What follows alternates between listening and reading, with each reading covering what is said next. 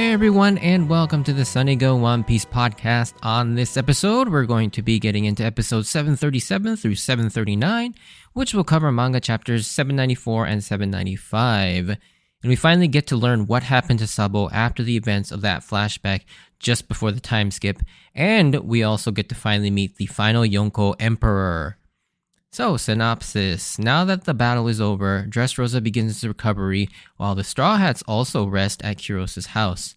Later that night, Sabo drops by to get one last look at Luffy and to meet his nakama, while explaining how he survived all those years ago, while in another part of the world, Kid, Hawkins, and Apu are about to come face to face with the strongest creature in the world, the Yonko Kaido.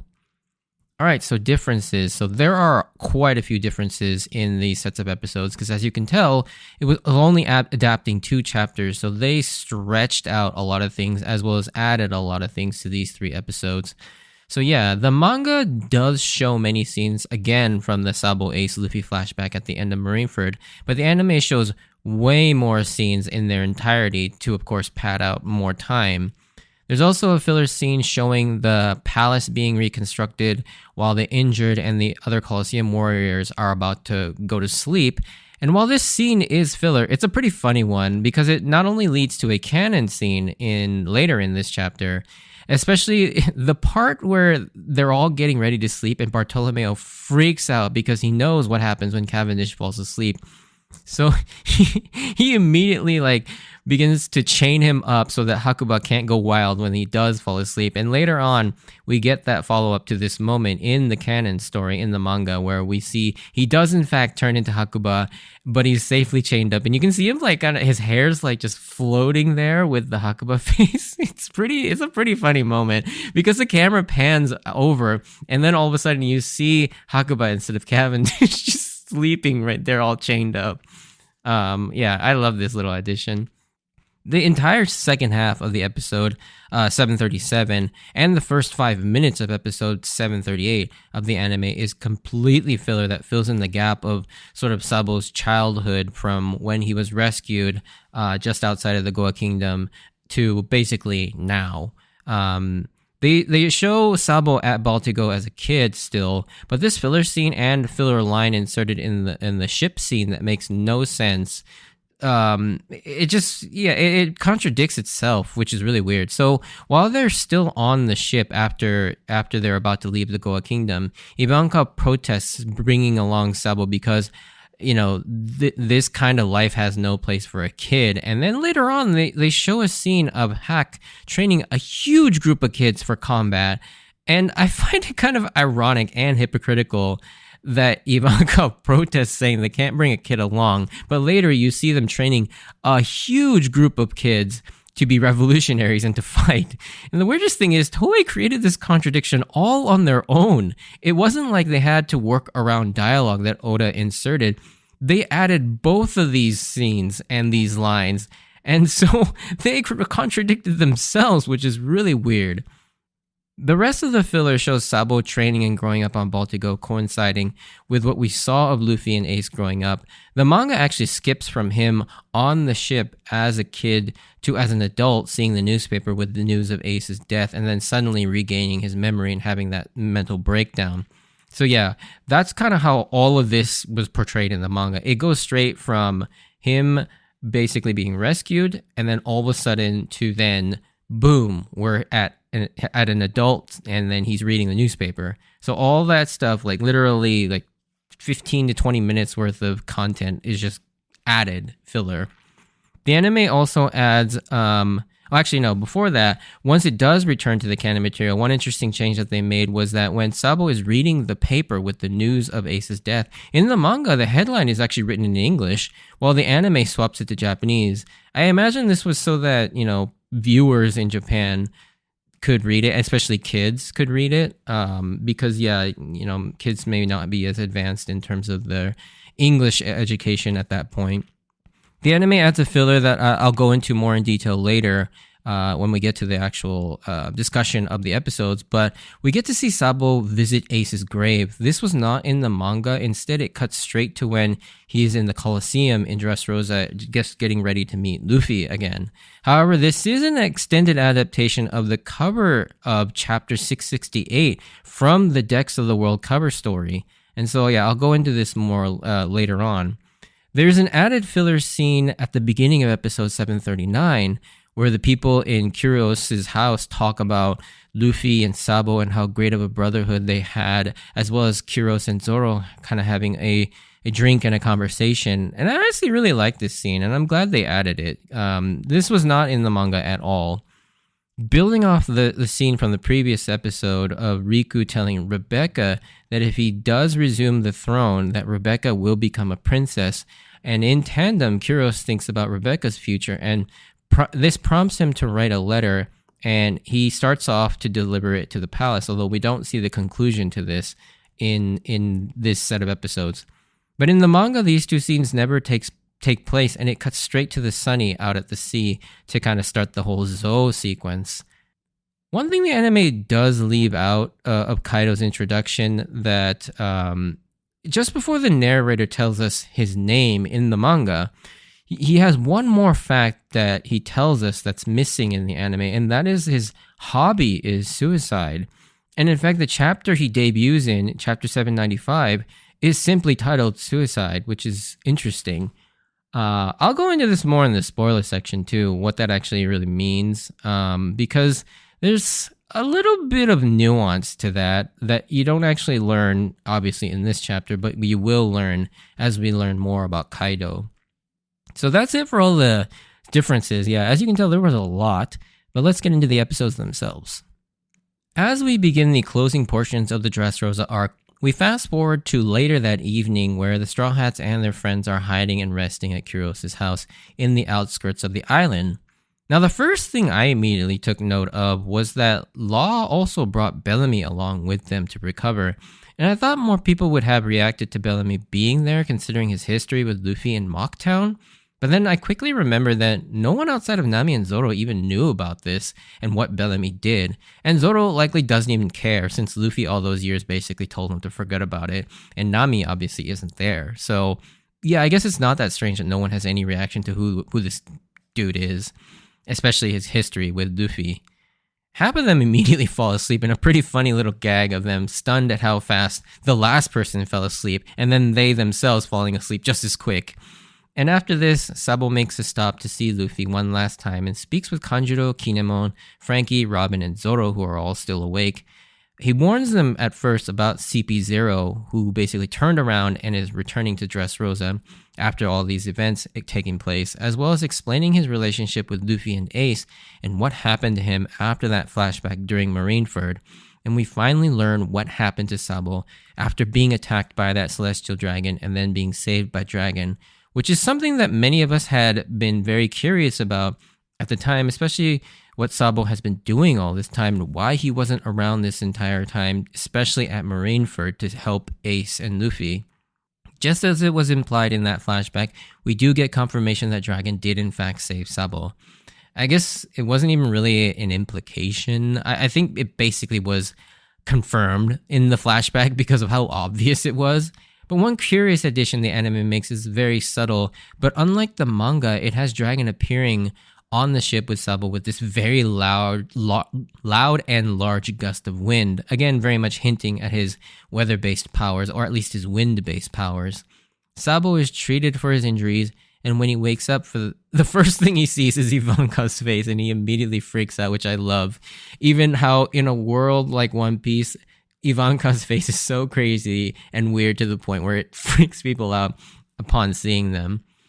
But it's here we learn Oda's explanation for why Sabo was missing from Marineford, and it's probably one of the most cliche fictional explanations for the long-lost family member, which is memory loss due to amnesia. Sabo doesn't remember anything, not even his own name, but one thing he does remember is that he doesn't want to go home. Like all those internal feelings are still there, he just doesn't know what they're attached to. As I mentioned in the differences section, the anime includes a great deal of filler that goes on to show Sabo growing up and training to become the eventual chief of staff in the Revolutionary Army, and it was nice that they brought back Junko Takeuchi to voice Kid Sabo again, except like the last time, this entire sequence, all I could hear was Naruto, especially with both Sabo and Naruto being a bratty blonde-haired kid with talent and a rebellious nature, training, like all I could see was Naruto when I kept hearing that voice. And when we do get back to the canon material, it's just after the Paramount War had ended and the news of Whitebeard and Ace's death were published in the newspaper, and seeing the news of his brother finally reawaken Sabo's memory as the flooding of memories and emotions come rushing back causes him to have a sudden mental breakdown. And as much as I hate the memory loss trope with Sabo, this scene does hit hard, and I do like this scene. I like Sabo as a character, and it's always hard to see him in that much pain, especially because we know that Ace meant, to both him and Luffy, and they're very important people to him. And Oda also had Sabo in a similar pose and facial reaction to Luffy when Ace died. That pose where they're both on their knees, backs arched, looking up at the sky with their mouths wide open and crying out. The only difference is that Sabo is holding a newspaper instead of Ace himself, and his eyes haven't gone completely white like Luffy, but he does lose consciousness similar to Luffy here. Something I really like that doesn't get really focused on during the scene where Sabo regains consciousness after the 3 days, but is only something you really pick up on if you're really paying attention or are a freak like me that's seen the series multiple times, is that it's really nice that as Koala has grown up, she's still taken to heart what Fisher Tiger taught her, and it's okay to freely cry when she needs to, and it's great to see that she's somewhat overcome her trauma in regards to that after getting her slave brand covered up by Fisher Tiger back in episode 541 during the Fishman Island flashback.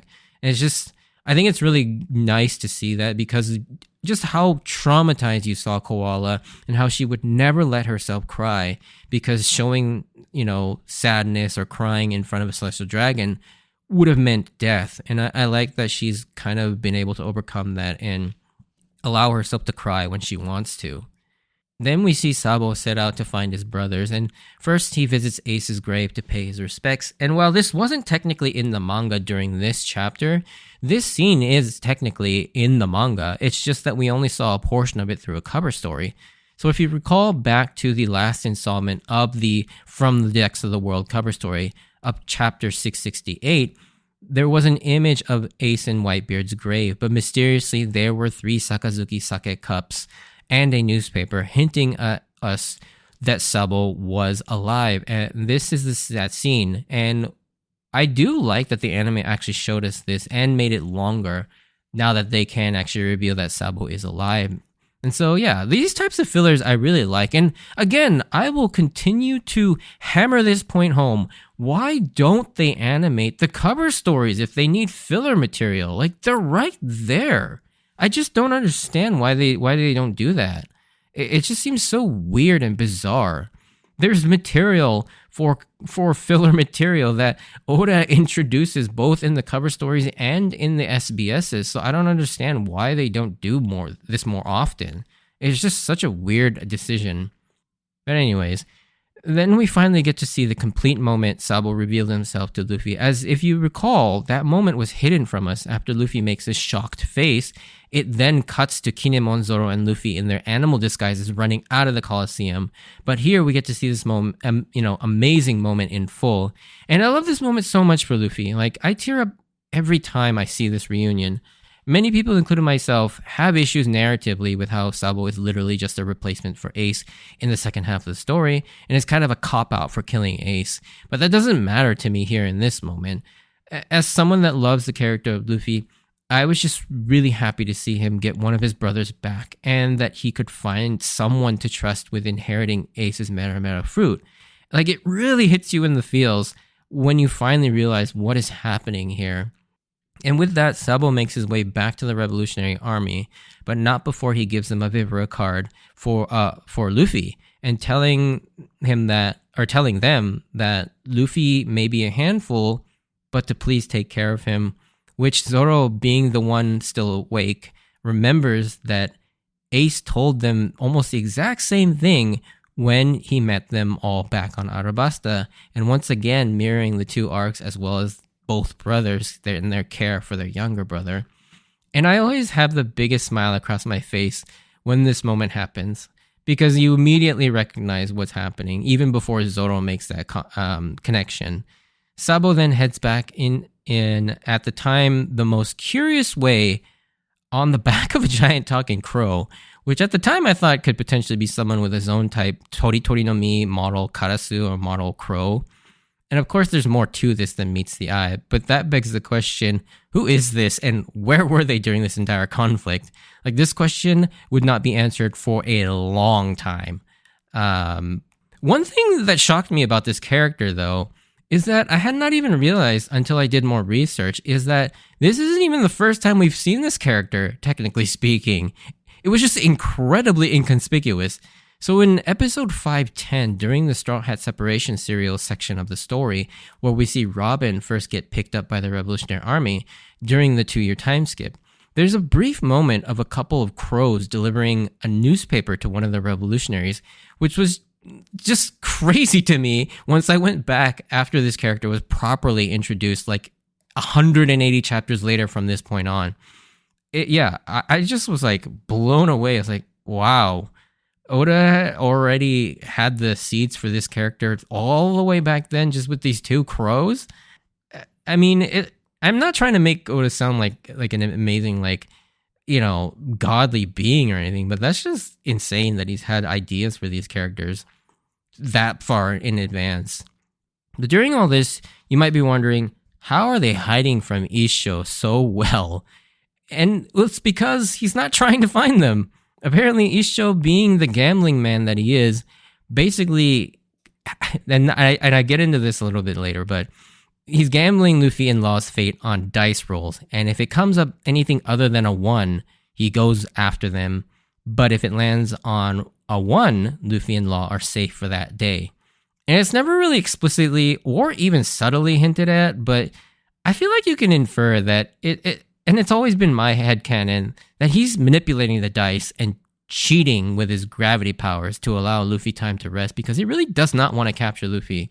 I think he even says as much that, he was relying on him, and he probably kind of feels like he owes Luffy a debt.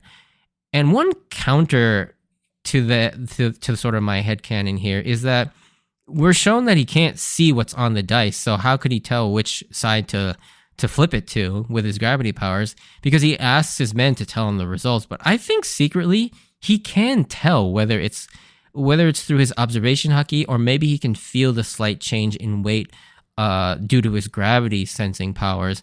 Like, each side of a die isn't perfectly balanced because there aren't equal sort of those little divots in each side. Obviously, the 1 has 1 divot, while a 6 has all 6 divots. And so the weight distribution is like imperceptibly different, but to him, either through his observation haki or through his gravity devil fruit, he might be able to tell which side is heavier and which side is lighter, therefore being able to manipulate the die. So that's always been my sort of headcanon, is that he's basically cheating to save Luffy and giving him some time to rest. Now, after this, the story finally catches us back to with what's been going on the other half of the Straw Hats that ran from Big Mom's ship midway through the arc, aka the Guruwara crew, or the Curly Hat crew, as the narrator dubs them, which I find hilarious. They've made it to Zou, which is a crazy tall smokestack mountain-like island, kind of similar to the Drum Rockies in the Sakura Kingdom, filled with jungle terrain, but they've been caught up in some kind of trouble, and they're trying to save some people with Caesar's powers, as it seems like there's some form of poison gas permeating the jungle that they're in. It also appears that they've been split up, as Sanji and Chopper are dealing with the poison gas, while Nami, Brook, and Momo are being chased by these weirdos in these dominatrix outfits, which Oda seems to love to throw into his stories every now and then. I think he's got some very specific kinks, which is very interesting. Zou is proving to be a very wild island, very similar to Little Garden, including its own wild volcano, but it spews out water and massive swells of water flooding the entire area. And this gets them out of trouble with the weird evil guys for a little bit. But this now presents a huge issue as the trio gets swept away, and 2 out of the 3 of them are devil fruit users who will undoubtedly drown even with Brook's best efforts to try and freeze the water. But he is no Kuzan, so it's up to Nami as the lone person that could actually swim to save Brook and Momo. But the weird dominatrix guy, who we learn is appropriately named Sheepshead, returns to target them, but Brook is able to fend him off. But this guy's attack sees him turn his arms into sheep horns, although they look more like ram horns, so he's got some kind of devil fruit power. Luckily, Sanji shows up to help and deliver a Diablo Jambe fueled mutton shot. Although, based on its movement, it looks more like a konkasse more so than a mutton shot. But anyways, that's neither here nor there. We learn they're on Zou looking for samurai for some reason, and that they're part of a pirate crew whose Jolly Roger we've never seen yet until the end of this episode, where we do learn that they are part of the Beast Pirates. Unfortunately, that is all we get to see of the beginning of the Zou arc. This tease of the Beast Pirate Jolly Roger leads us into one of the best character introductions in the entire series, as we move back to where Kid, Hawkins, and Apu are in a follow-up to the last set of episodes where we saw what the Worst Generation members were doing, and this combines both the Kid Alliance section and Uruge's section, and that crazy silhouette that Uruge and his men saw lumbering towards them on the Sky Island has now seemingly decided to plunge himself off the Sky Island and has now somehow face planted, making a massive human-shaped crater in the island where Kid and all of them are. And what's really unique about this character introduction is the narrator actually takes his time to exposit what's going on, what's going through this character's mind, and a bit about their history, all to build this character up. Now, he's a pirate that has lost 7 times only in his life, apparently.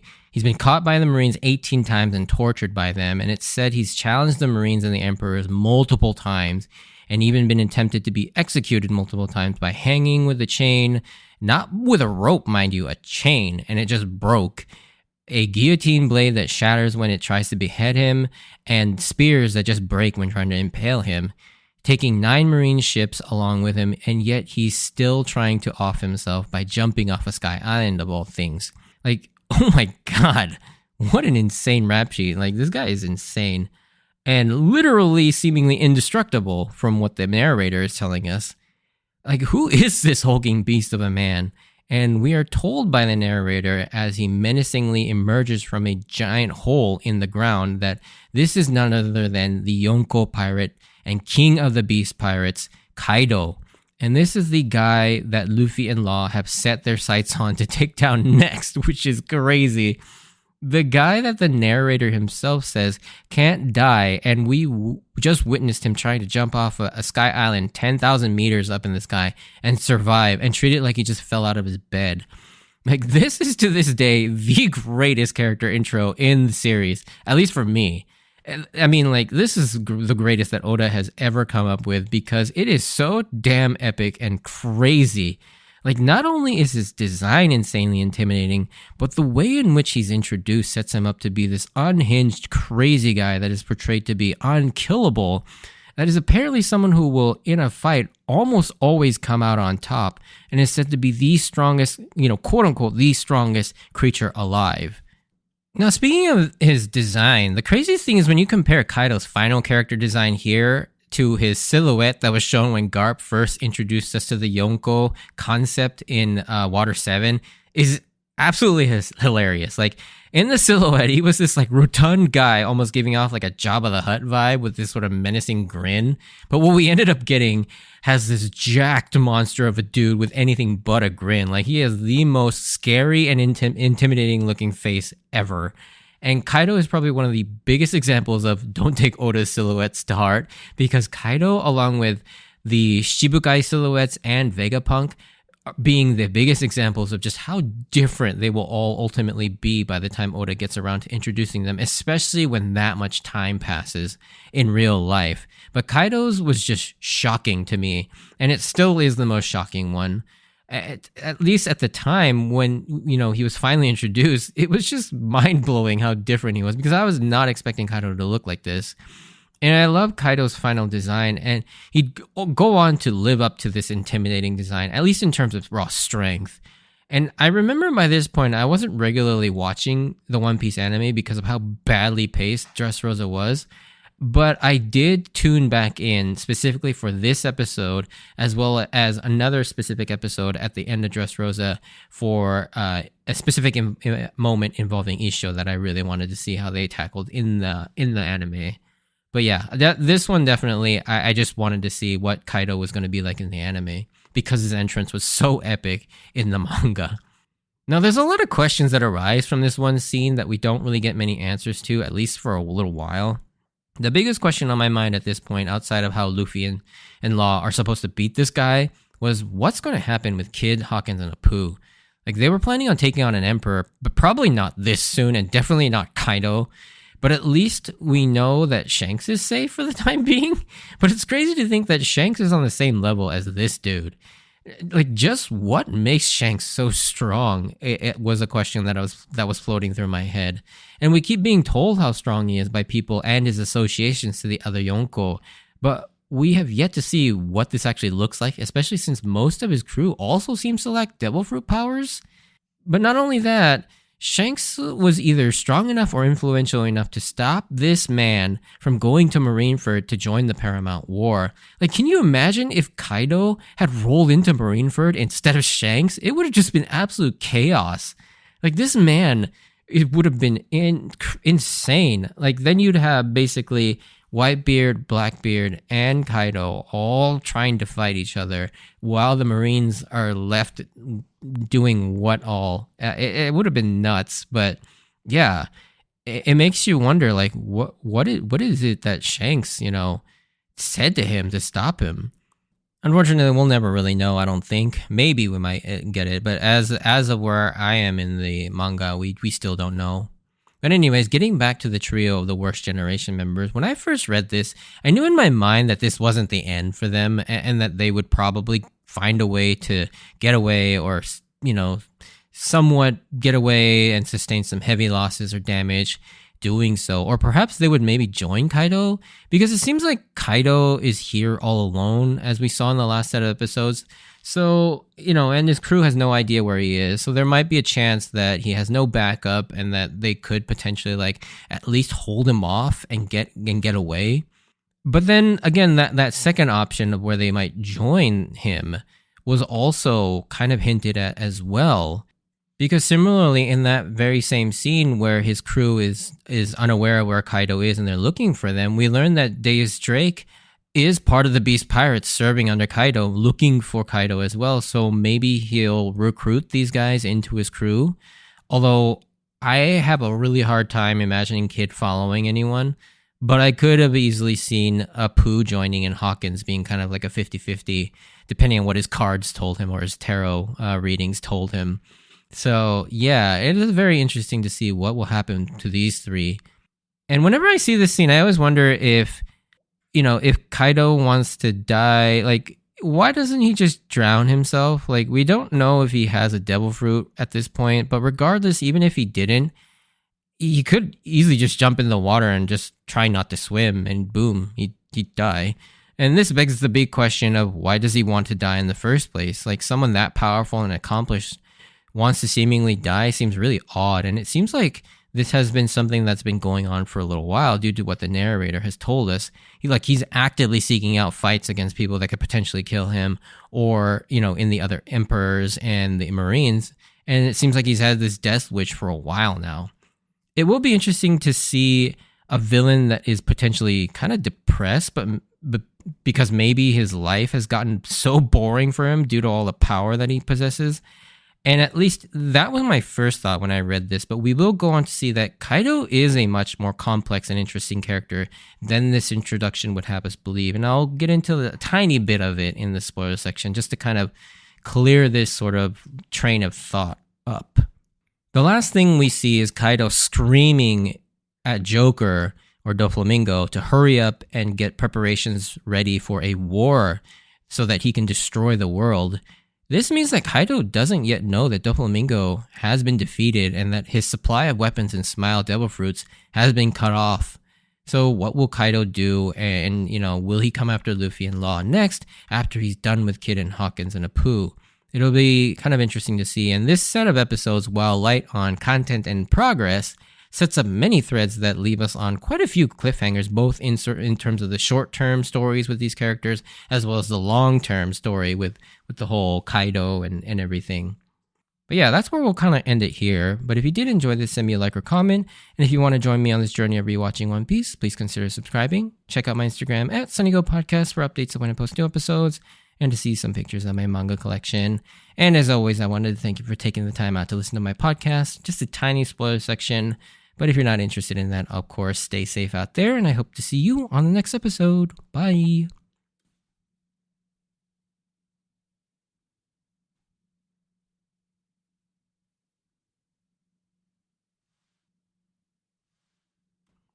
All right, so spoiler section, just a few things I wanted to quickly touch upon. I think the first one is the added fillers at Baltigo with the Revolutionary Army and Sabo.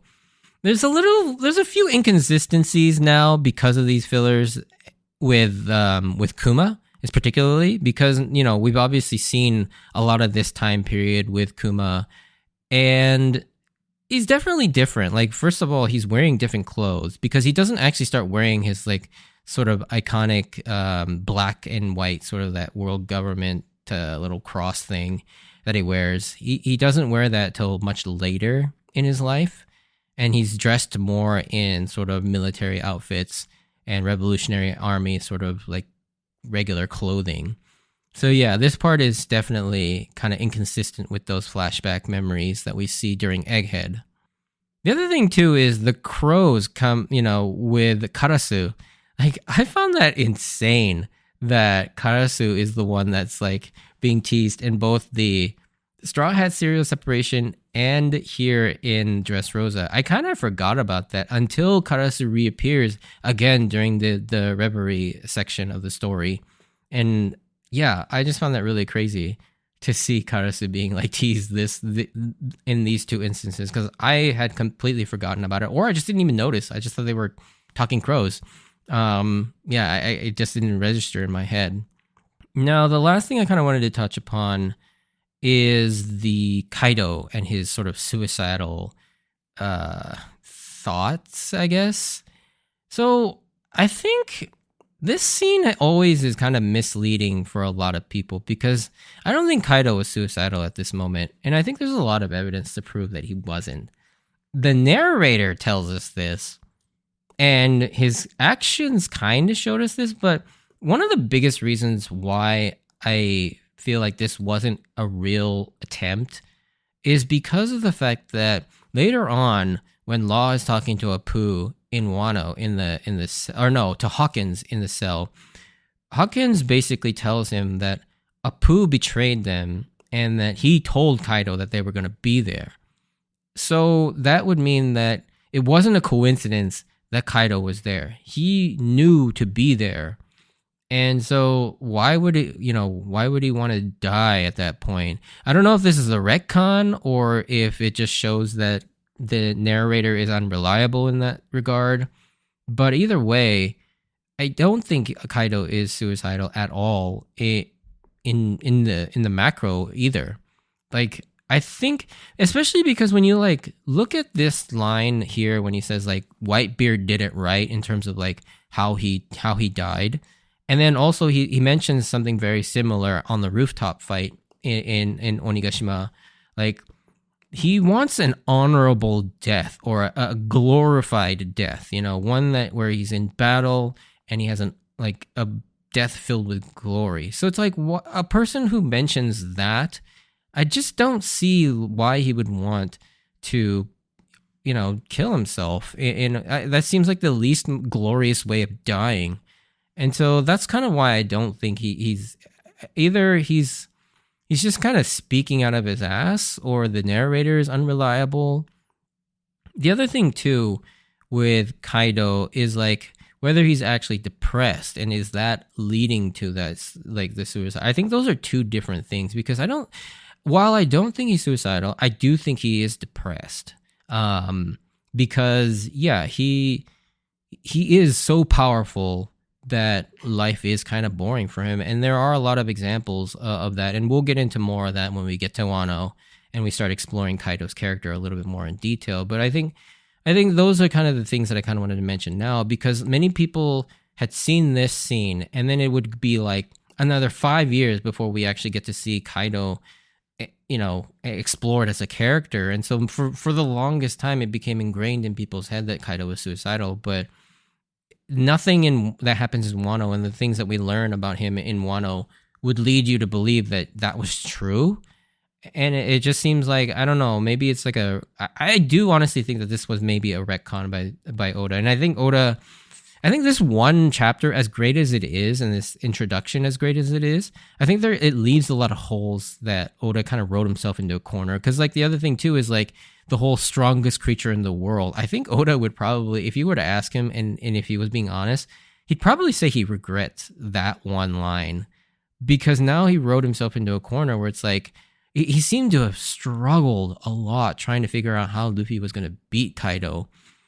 And ultimately, I think that a lot of that pressure and sort of the fact that he kind of courted himself really weighed on him during the final, chapters of the Kaido versus Luffy fight, because he just couldn't figure out how to beat him and how to make Luffy kind of catch up to Kaido. I think ultimately it works.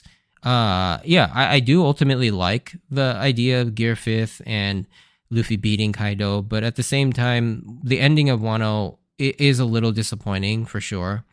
And yeah, again, we'll get into more of that much later when we get to Wano. But yeah, I just wanted to make sure that because of this scene, the whole concept of Kaido being suicidal, I don't think is accurate. And I think there are a lot more pieces of evidence to disprove that. But yeah, we'll get into that when we get to Wano. Anyways, thanks for listening, and I'll see you on the next episode. See ya.